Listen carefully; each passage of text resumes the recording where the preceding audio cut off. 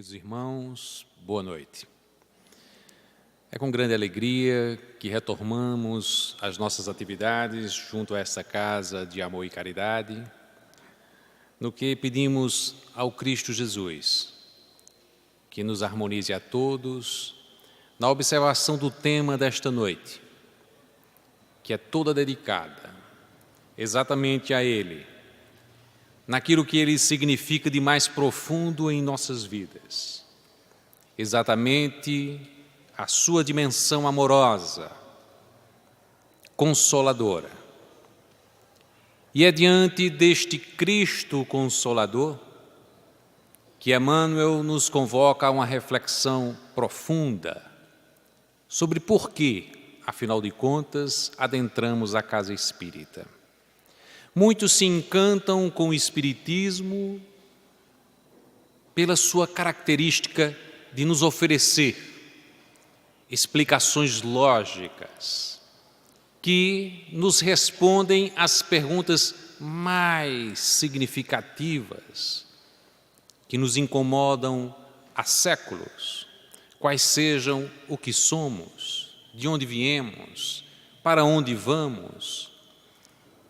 Aprofundar adequadamente a ideia da justiça divina e como nos localizamos na atual encarnação diante dos predicativos que essa mesma justiça divina nos impõe a todos. Mas Emmanuel afirma que nós podemos simplesmente, no afã de perceber as dimensões lógicas, racionais, aquilo que nos harmoniza intimamente por entender finalmente as causas das aflições, cada um desses aspectos a nos causar absoluta admiração, encanto, enlevo, particularmente a observação que através da doutrina espírita e pelos mecanismos da mediunidade teríamos acesso ao plano espiritual. As comunicações que se estabelecem entre os dois mundos, aquele visível para os encarnados e o plano invisível para eles, mas que em última instância é um plano só, porque somos todos espíritos. Do plano espiritual haveriam que dizer, somos todos vivendo num só plano, do ponto de vista da carne, por nossa limitação da percepção do que é a verdadeira vida, nos dizemos num plano específico frente ao plano espiritual. Mas tudo isso nos causa absoluta admiração pela doutrina espírita. O fato de que reconhecemos de que é possível haver estas comunicações e elas nos oferecerem explicações mais nítidas, mais claras sobre o porvir, particularmente quando estamos diante ou quando nos colocamos diante de uma situação daquilo que comumente chamamos morte, que é a transposição de um plano para o outro. E diante dessa situação, adverte-nos o apóstolo Emmanuel, que é preciso que nunca separemos o espiritismo do cristianismo, porque é no Cristo, afinal de contas, que vamos encontrar o equilíbrio entre estas duas realidades, a espiritual fora da carne e a espiritual para aqueles que estão encarnados. É exatamente com o Cristo que vamos encontrar a resposta mais significativa que precisamos, que é a vivência do amor. Porque de nada adiantaria sabermos da reencarnação, sabermos da justiça divina, sabermos das várias moradas do Pai, se não nos oferecermos em mudança profunda de nós mesmos, para sermos solidários aos nossos irmãos, para vivenciarmos o amor que Ele, o Cristo, nos convoca a vivenciar.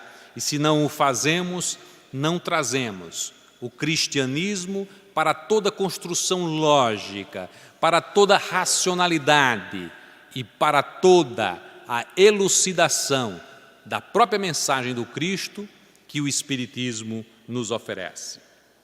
Mas diante disso, nós gostaríamos de tratar deste tema, nos remetendo ao capítulo 6 do Evangelho segundo o Espiritismo, que trata exatamente do Cristo Consolador.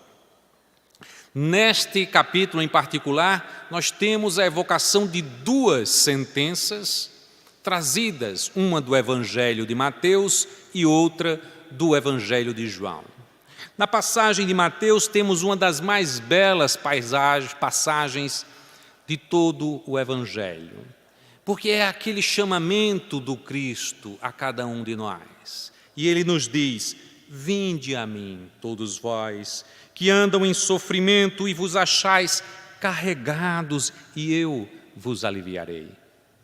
Tomai sobre vós o meu jugo, e aprendei de mim, que sou manso e humilde de coração, e achareis descanso para as vossas almas, porque o meu jugo é suave e o meu fardo é leve. Que chamamento fabuloso esse do Cristo, mas muito mal compreendido, porque para alguns significa dizer que vamos ao encontro do Cristo, despejar sobre Ele todas as nossas preocupações e angústias, e Ele as receberá, porque Ele nos convoca a trazer para Ele, que Ele nos aliviará.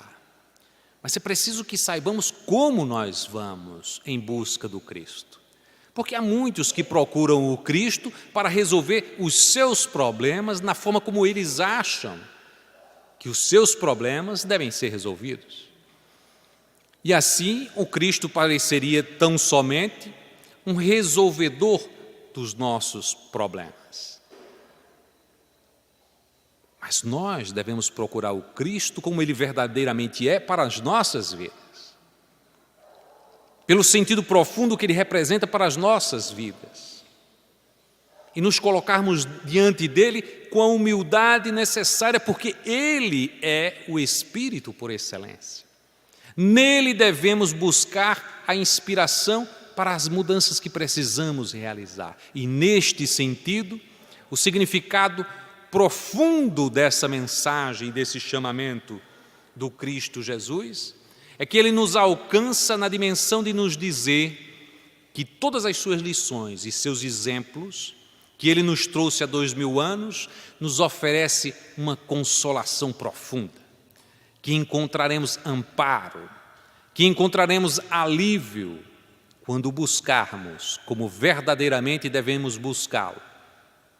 E Ele nos diz uma condição indispensável para que nos auxilie, para que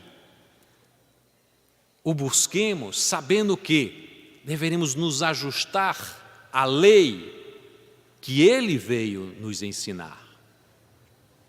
E a observância da lei é exatamente o jugo. O jugo é leve, a observância da lei. E a lei nada mais nos oferece como desafio do que amar e do que sermos caridosos. Mas esse desafio que Ele nos colocou há 2000 anos, amar a Deus sobre todas as coisas e ao próximo como a si mesmo, é um desafio e um chamamento que até hoje nos encontramos com dificuldades a responder. Porque se disséssemos a alguém, o grande desafio existencial é amar, a pessoa iria dizer logicamente, mas que coisa fácil, eu amo. Porque imagina se amando 1, 2 ou 3. Mas o desafio que o Cristo nos dá é amar o seu próximo como a si mesmo. Não o próximo, muito próximo, como é o que nós achamos, mas toda a humanidade. E esse é um desafio, porque nós queremos amar a 1, 2, 3 e odiar uns tantos. E assim fazemos, e estamos fazendo, repetindo estes erros ao longo de várias encarnações, depois de ter ouvido essa sentença fabulosa, que, como Ele mesmo diz, reduz em 2 frases toda a lei e os profetas. Tudo o que apreendemos ao ler a Bíblia, e mais particularmente os Evangelhos, pode se resumir nesta sentença, a regra áurea que ele veio nos trazer: amai ao Pai sobre todas as coisas e ao próximo como a si mesmo. E nós temos dificuldades de atender a esse chamamento. E o Cristo, ainda sabendo que somos falhos, que temos dificuldades, às vezes, de amar a nós mesmos, porque seria muito fácil se amássemos muito a nós mesmos, que essa sentença pudesse ser cumprida. Então, como nós amamos muito a nós mesmos, nós amaríamos ao próximo da mesma forma como nós nos amamos. Mas o Cristo reconhece que alguns de nós nem a si mesmo ama, que alguns de nós, às vezes, têm um profundo sentimento de raiva consigo mesmo, é profundamente insatisfeito consigo mesmo. E, como não se ama, não irá amar o próximo. E aí, numa sentença posterior, já naqueles momentos da ceia com os apóstolos, ele faz a correção, o ajustamento dessa lei, dizendo: queridos, amai-vos como eu vos amei. Aí é uma sentença perfeita, porque nos convoca a amar ao outro como ele nos amou. E aí não há particularidades, não há perigo de nós sermos aqueles que não se amam e não amarmos o próximo porque não nos amamos. Porque a convocação é amar ao próximo como ele nos amou e nos ama até os dias de hoje. Então a sentença fica profunda, repleta de desafios a nós outros, porque é uma convocação a aprender a amar. E aprender a amar significa a gente ir a cada dia, ir acumulando elementos outros de outros sentimentos, que todos eles vão dar sustentáculo ao amor, porque o amor condensa todos os outros sentimentos. Quando a gente aprende a ser mais tolerante, quando a gente aprende a perdoar, quando a gente aprende a ser pacífico e manso, quando a gente aprende a se tornar ativo colaborador em serviço e caridade aos nossos semelhantes, tudo isso, quando a gente vai melhorando estas qualidades, nós vamos aperfeiçoando o amor em nós e vamos nos aproximando deste sentido do amor que o Cristo veio nos ensinar. Porque muitas vezes nós temos aquela ideia de que o Cristo veio nos ensinar uma coisa que só Ele poderia praticar. Ainda é muito de nós mesmos nos dizermos assim: mas isso só o Cristo pode fazer. Nós temos isso, que é uma forma da gente ficar indiferente ao chamamento do Cristo. Mas o Cristo não veio nos trazer lições jogadas ao vento. Ele tinha mais o que fazer. Se Ele nos trouxe essa lição, era porque nós haveríamos de ter condições de aprender. Então não resta dúvida de que Ele nos convocou inteiramente ao aprendizado do amor. Agora, logicamente, Ele sabia da nossa fragilidade, sabia que não adquiriríamos esse sentido do amor que Ele possui e que Ele nos trouxe em uma encarnação. Haveríamos de adquiri-las ao longo de várias encarnações, porque Ele é um espírito puro, crístico. Alcançar a dimensão dele requer esforço, trabalho, mas nem por isso nos remete à ideia de acomodação, de dizer: vou deixar para amanhã para aprender isso. Eu já aprendi já um pouquinho, já amo 1, 2, 3, para que aprender a amar a humanidade toda? Deixa para outra encarnação, aí eu já amo 10, na outra eu amo 20. Mas não é assim que Ele veio nos dizer, não é para escolher a quem amar. Amar indistintamente, em profundidade. Este foi o amor que o Cristo veio nos ensinar. E por isso Ele nos dizia que esse jugo era absolutamente leve e que sua lei era suave, porque ela só nos pede amar e sermos caridosos.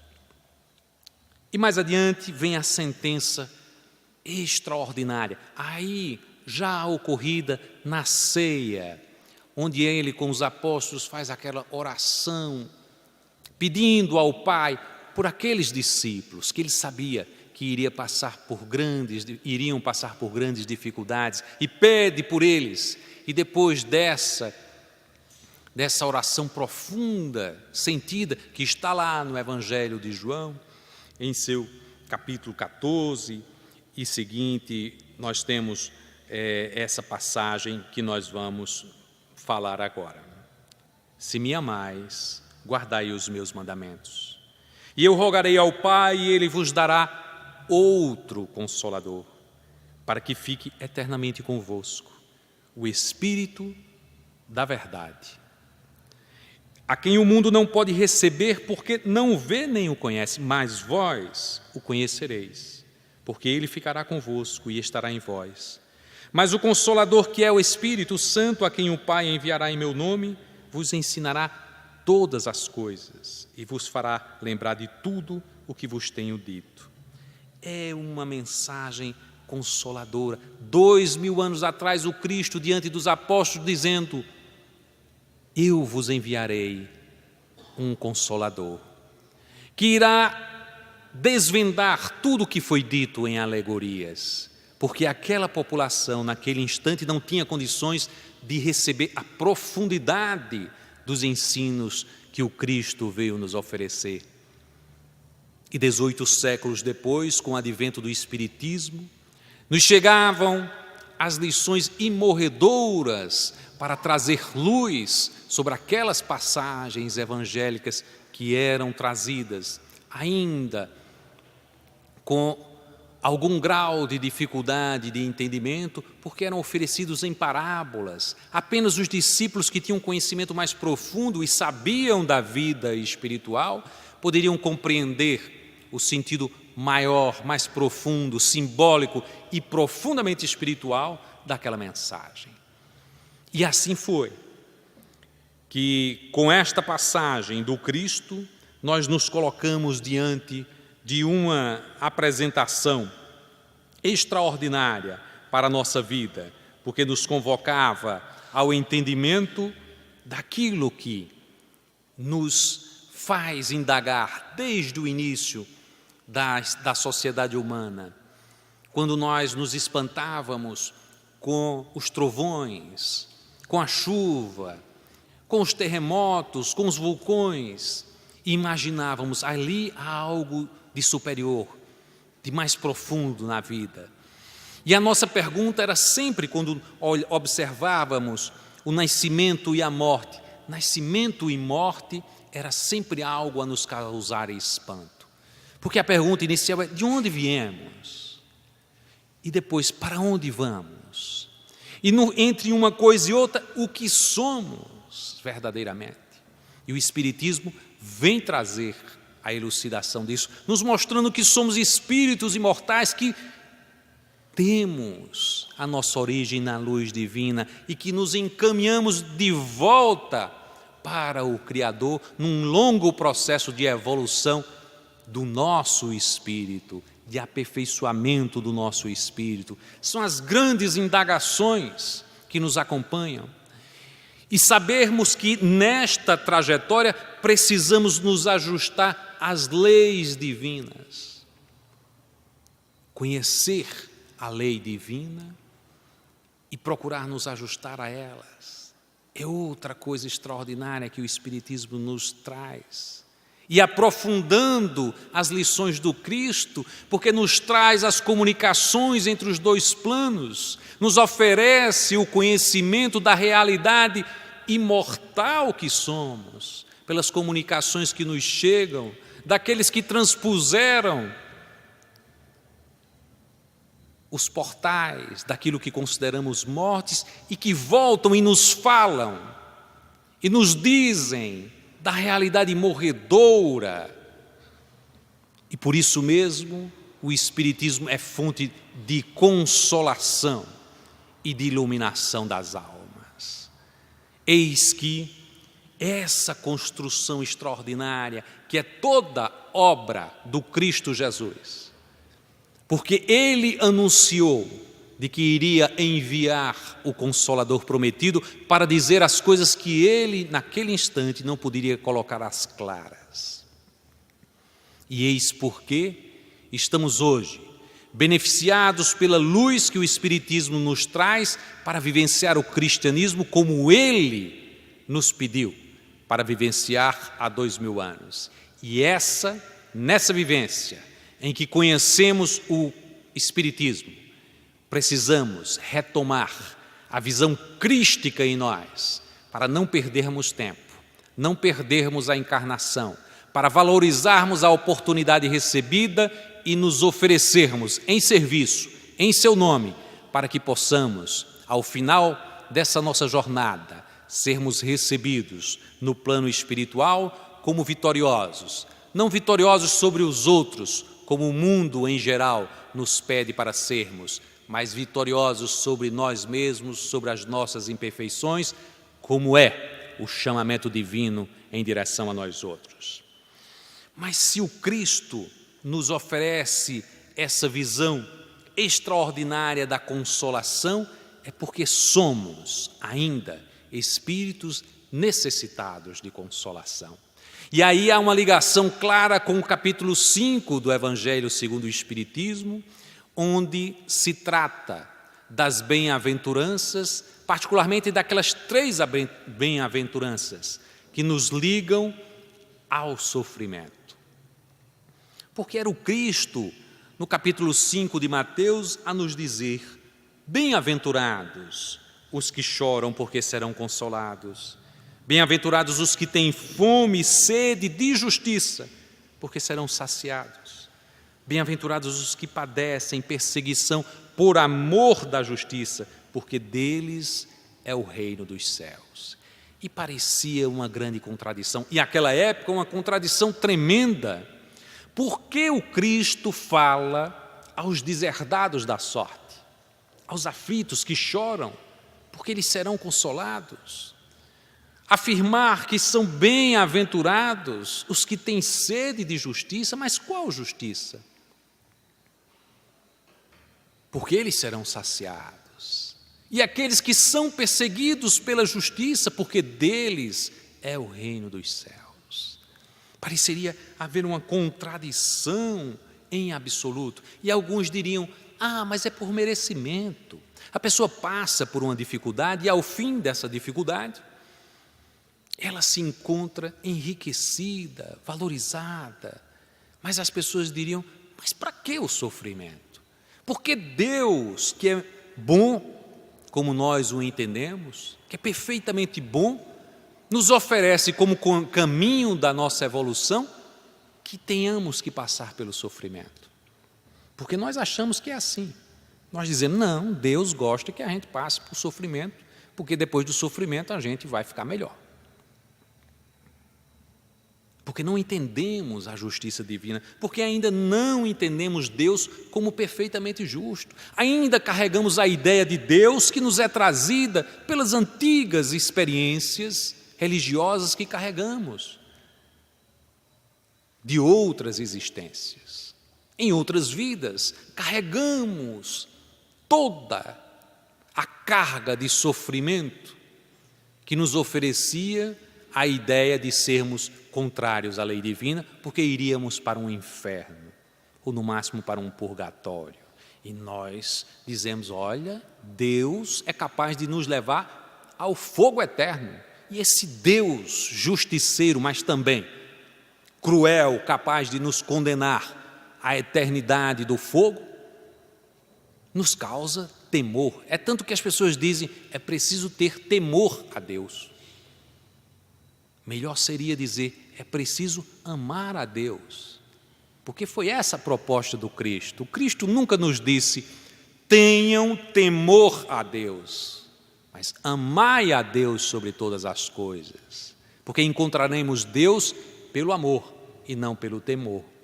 A nossa ideia de Deus que nos causa temor é uma ideia que trazemos de todas essas experiências em que carregamos o inferno como o tormento a ser evitado.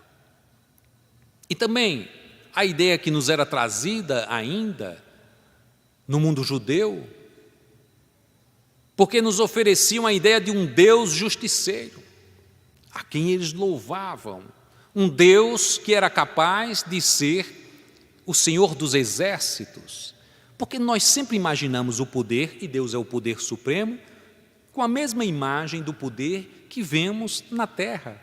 E aí a gente pensa um Deus sentado num trono, cheio de soldados, e realizando as coisas que os deuses da terra, os reis, os que têm poder, realizam.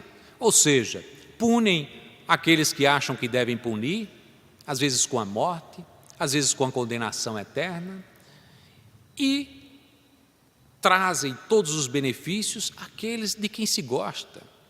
Em geral, para os poderosos, aqueles que lhes trazem o elogio fácil. Mas Deus não é assim. E por isso mesmo Cristo nos oferecia que o caminho para entendermos Deus é exatamente o amor. E assim há que considerarmos a justiça das aflições. Nós só poderemos considerar justiça nas aflições se entendermos e concebermos a reencarnação. Se não entendermos a reencarnação, será impossível de entender justiça das aflições, porque encontramos no mundo pessoas que já nascem com um problema, uma idiotia, uma dificuldade de ordem física, dificuldades de ordem financeira que muito dificilmente possam ser superadas. Morar em regiões, por exemplo, já nascer na Síria hoje, é quase que uma condenação. Não é? Então, nas circunstâncias em que vemos determinadas realidades, as pessoas haverão de dizer: Deus é injusto. Quando temos a perda de um ente querido, seja aquele que é provedor da família, e dizemos: agora não temos mais como nos manter, o nosso provedor faleceu, e digamos que ele não fez nenhum seguro de vida, a família entra numa desesperação. Ou então, quando morre alguém em tenra idade, um filho ou uma filha querida, aquilo causa uma desesperação. E algumas pessoas haverão de dizer: Deus é injusto, porque há tantas pessoas ruins que permanecem. Há mesmo aquele ditado que diz: se fosse ruim, não tinha morrido. Nós temos esse costume de dizer: se fosse ruim, não teria morrido. E quando nos observamos diante dessas situações, pensamos: mas Deus não é justo. Como pode levar um filho em tenra idade? Porque não entendemos que em tudo há justiça perfeita em Deus. E tudo cumpre a um grande concerto. E esse grande concerto só entende perfeitamente que já adentrou no Evangelho de Jesus, já se identificou plenamente com Ele e, assim como Ele, diante do seu testemunho, ao afirmar, para nos exemplificar, porque o Cristo não tinha dúvida nenhuma sobre o que iria passar. E quando Ele diz: Senhor, se for possível, afasta de mim esse cálice, para logo em seguida vir a lição fundamental, mas acima de tudo, Senhor, que seja feita a sua vontade. E as pessoas dizem, na ingenuidade: o Cristo demonstrou ter dúvidas diante do seu testemunho. Nenhuma dúvida, ele já sabia, ele adentrou em Jerusalém sabendo o que iria passar, já vinha falando com os seus companheiros tudo o que iria ocorrer, mas é porque o Cristo é mestre por excelência.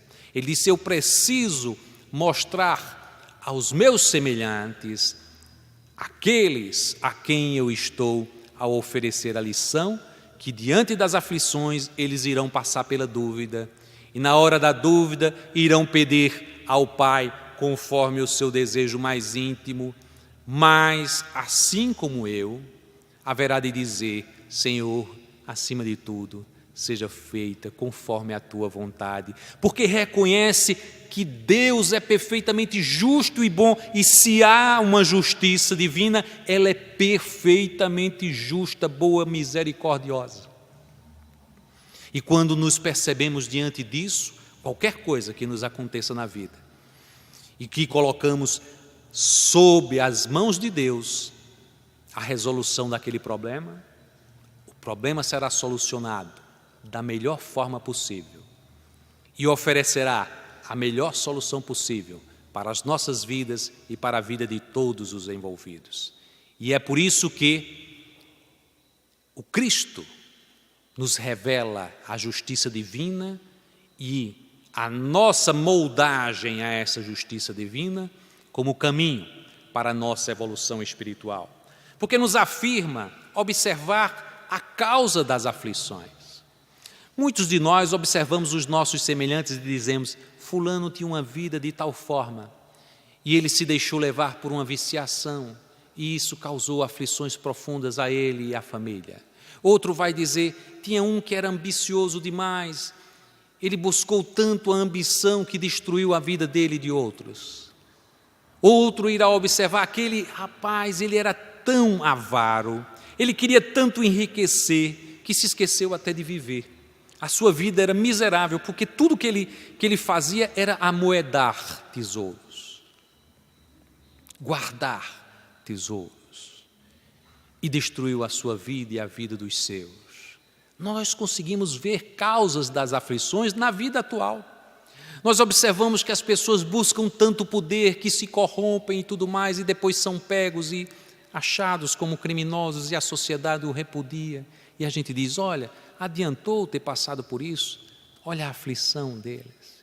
Alguns são punidos pela lei, a lei humana. E aí as pessoas dizem: está pagando pelo que fez. Nós conseguimos enxergar isso na vida, nessa existência. Mas do plano espiritual, é possível ver em intensidade tudo o que ocorre. E aí, quando estamos diante de algo que nos espanta, morreu um jovem, uma criança, mal nasceu, já morreu, causou exasperação à sua família e tudo mais. Por que isso? Qual a justiça nisso? Precisamos remontar a outras existências, porque provavelmente em outras existências houve um malefício, houve uma dívida que foi criada e que está sendo resgatada nesta atual existência. E aí já compreendemos a justiça sobre outros parâmetros. Já começamos a perceber bondade e misericórdia, porque tenham certeza, e isso nos chega em todas as comunicações espirituais. Muitas vezes, os nossos resgates representam uma ínfima parte das nossas dívidas. E dizemos: mas estamos passando por dores acerbas. E do plano espiritual nos observam amorosamente dizendo: aguente, sustente, porque a sua dívida é pelo menos 100 vezes maior. E como nos dizia Pedro, evocando as lições do Mestre, o amor e a caridade cobre uma multidão de pecados. Então, quando nos comportamos no bem, quando suportamos as nossas aflições, quando nos colocamos em inteira identificação com Cristo Jesus, tenhamos certeza que dos céus celebram a nossa vitória e são capazes de dizer: ganhastes a vida, como Cristo nos afirma, porque Ele nos espera exatamente na condição de que diante das aflições tenhamos resignação, que é a capacidade de entender aquela dor, aceitá-la e saber que, acima de tudo, a justiça divina, que é perfeita, boa e misericordiosa, nos acompanha. Que tenhamos fé em Deus, sabendo em profundidade que o seu amor é infinito em direção a nós. E que tenhamos coragem para enfrentar com bravura os desafios, porque assim sendo, estaremos realizando tudo o que o Cristo espera de nós. E seremos venturosos nessa trajetória, porque é toda a convocação do Cristo Jesus para cada um de nós. O cristão que experimenta as dificuldades, como os primeiros cristãos que foram diante dos leões cantando hinos de louvor ao Cristo Jesus.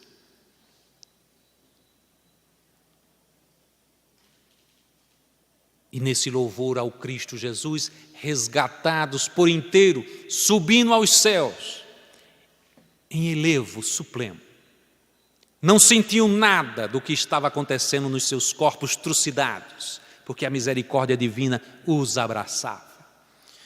E não é outro a nos dizer e nos informar isto do que no próprio Evangelho segundo o Espiritismo, o Espírito de Santo Agostinho nos informa. Ele inicialmente faz 5 perguntas extraordinárias. Ele diz, afinal, vossa terra por acaso é um lugar de alegrias, um paraíso de delícias? Para que nós imaginemos, diante das aflições, nós dizemos, por que eu? Como se estivéssemos em algum campo de repasto. Estamos vivendo num mundo de provas e de expiações. A nossa terra ainda é um mundo atrasado. Somos todos espíritos com muitos resgates a realizar. E por isso mesmo, iremos enfrentar todos aflições. E Santo Agostinho nos pergunta, afinal de contas, esperais que a terra seja um lugar só de alegrias? E depois faz outra pergunta extraordinária. Ó homens, não reconhecereis o poder do vosso Senhor, senão quando Ele curar as chagas, quando Ele vos trouxer os dias de beatitude e alegria? Porque só imaginamos a Deus e dizendo, graças a Deus, porque realizaram-se os nossos sonhos. E é Santo Agostinho a nos dizer, só reconheces a Deus nessas circunstâncias? E quando Ele vos educa, e quando Ele nos coloca em prova, porque acredita que você é capaz de superar.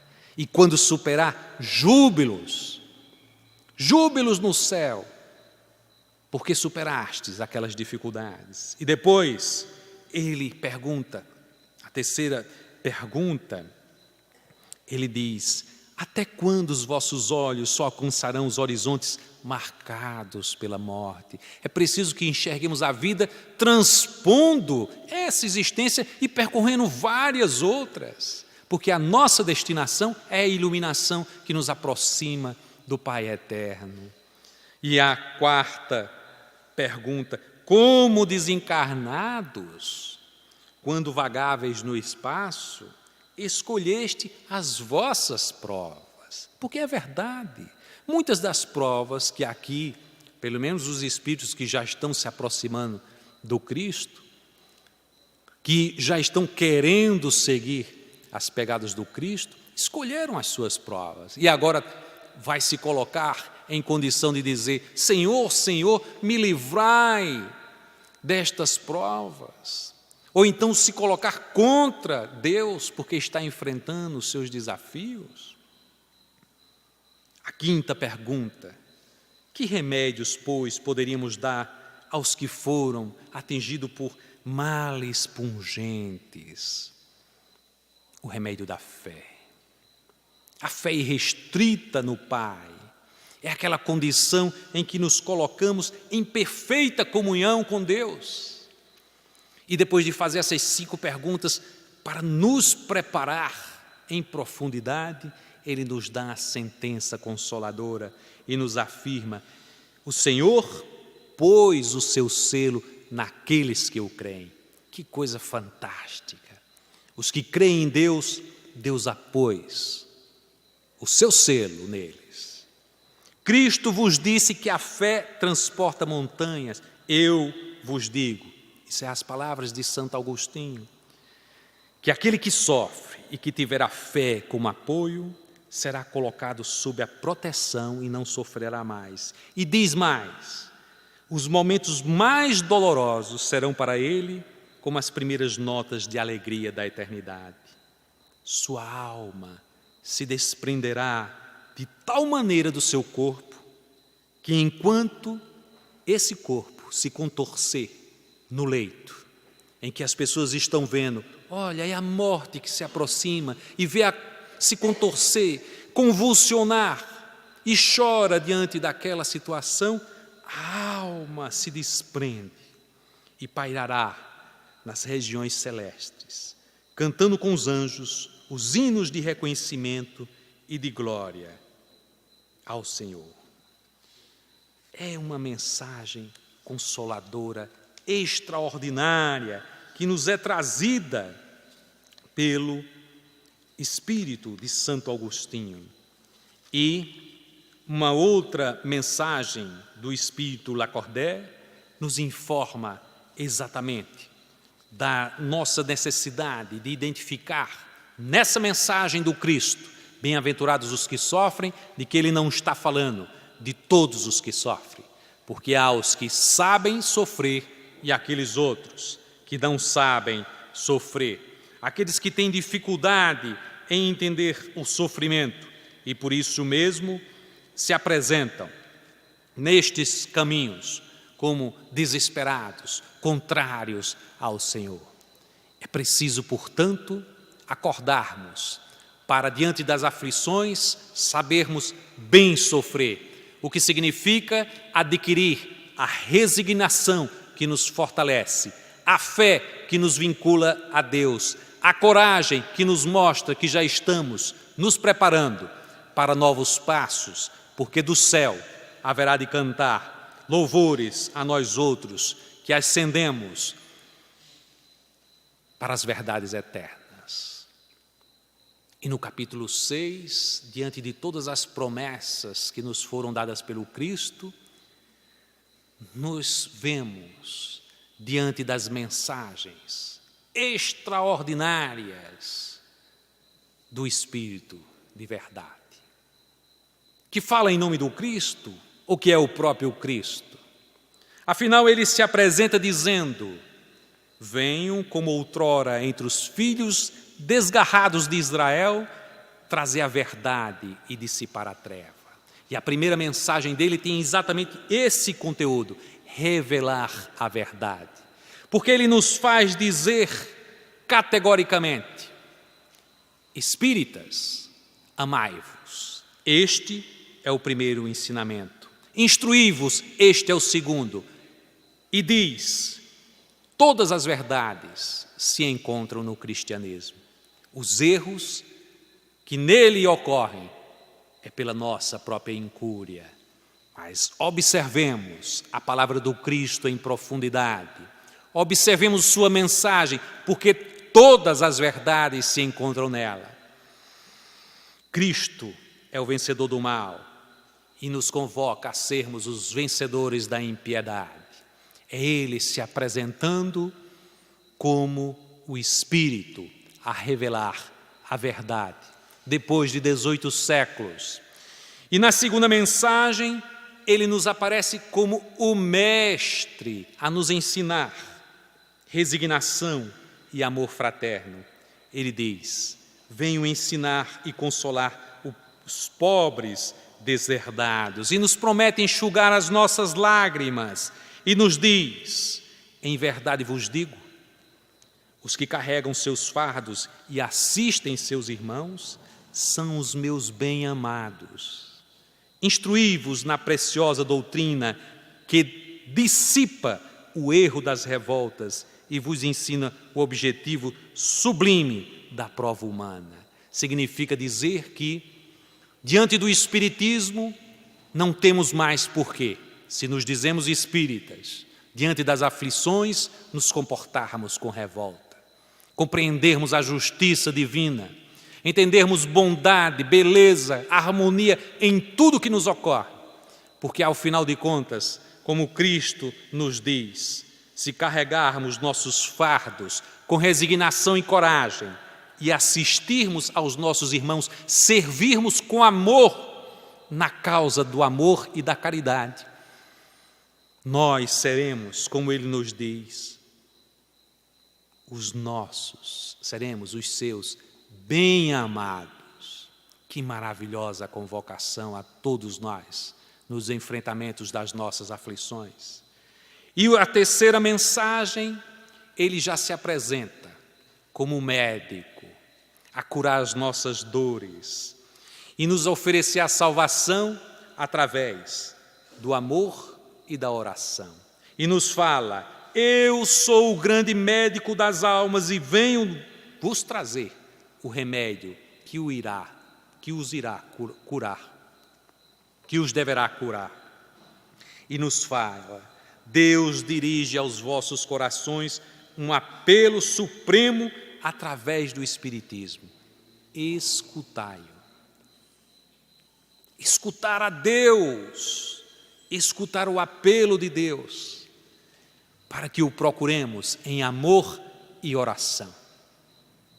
Há uma passagem na qual Humberto de Campos, refletindo um diálogo entre João Evangelista e o Mestre amado Jesus, nos oferece uma página extraordinária, porque aquele jovem discípulo queria que o Cristo o ensinasse como orar. Eu devo louvar ou devo pedir? E o Cristo dizia, bom, depende como tu colocas o teu coração, porque há aqueles que podem pedir, mas ter o coração endurecido. Há aqueles que podem simplesmente louvar, mas serem preguiçosos, não estarem ativos no trabalho no bem. Depende de como nós buscamos a comunhão com Deus. Comunhão com Deus significa nos despirmos de todas as impurezas que carregamos dessa vida, os nossos desejos que o mundo nos oferece. Poder, riqueza, prestígio, e nós vamos no canto das sereias procurando essas coisas e nos afastando de Deus. João Evangelista, depois reencarnado, como Francisco de Assis, nos asseguraria. É preciso nos despir de todas essas coisas, nos tornarmos pobres verdadeiramente, porque aquele que carrega outras impressões no coração, poder, riqueza, dinheiro, não tem espaço para Deus. E quando nós nos despimos dessas coisas, essas coisas já não nos conquistam o coração. Nós até podemos tê-las, mas ela não nos conquista, ela não toma conta de nós. Nós podemos até ter riqueza, mas não sermos da riqueza. E Francisco de Assis dizia, quanto mais esvaziarmos o nosso coração, mais espaço teremos para que Deus penetre neste coração. Tinha aprendido com Jesus. E Jesus dá um exemplo a ele, porque ele queria, Senhor, me ofereça mais claramente essa identificação do que é efetivamente essa comunhão nossa com Deus. E aí, numa viagem que eles faziam, era um ambiente muito árido, e naquele ambiente árido eles encontraram alguém que estava cavando um poço, no meio do deserto. E o Cristo encontra uma boa oportunidade para oferecer a lição ao evangelista.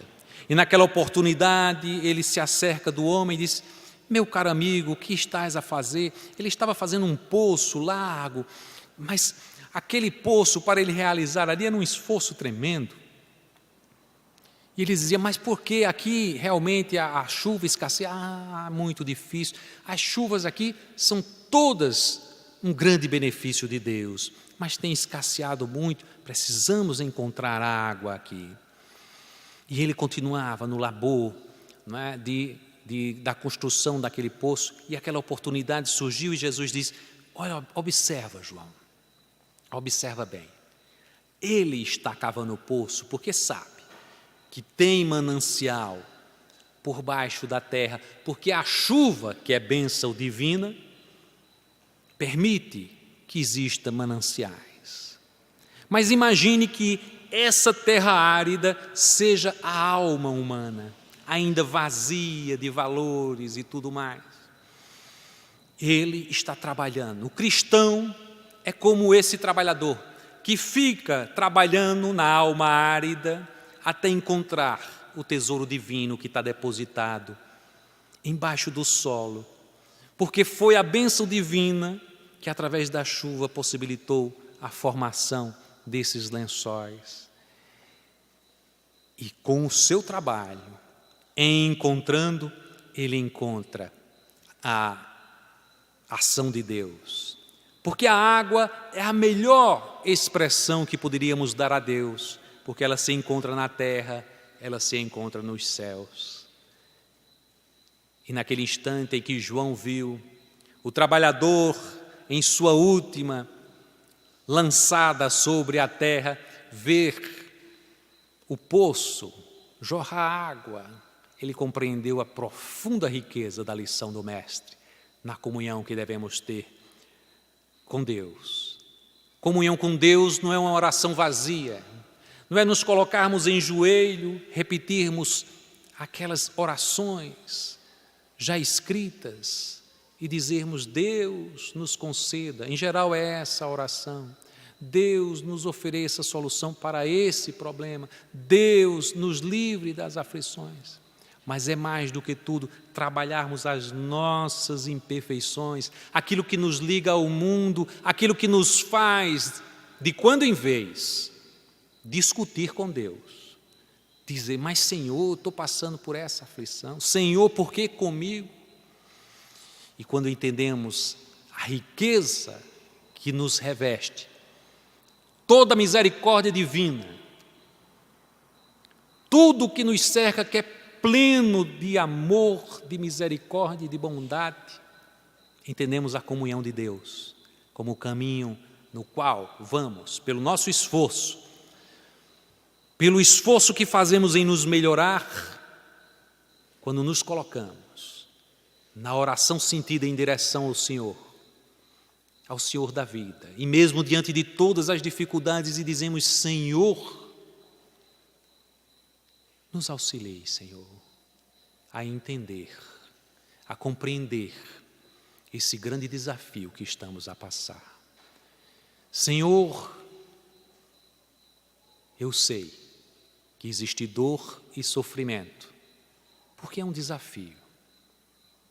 Mas, acima de tudo, eu reconheço, Senhor, que Tu presides estes acontecimentos. E se Tu presides esses acontecimentos é porque existe bondade, oferecimento de renovação, júbilo, satisfação das nossas mais íntimas necessidades, que não é a satisfação do gozo tal como o mundo nos convoca, mas é a satisfação de nos vermos evoluir em direção à luz.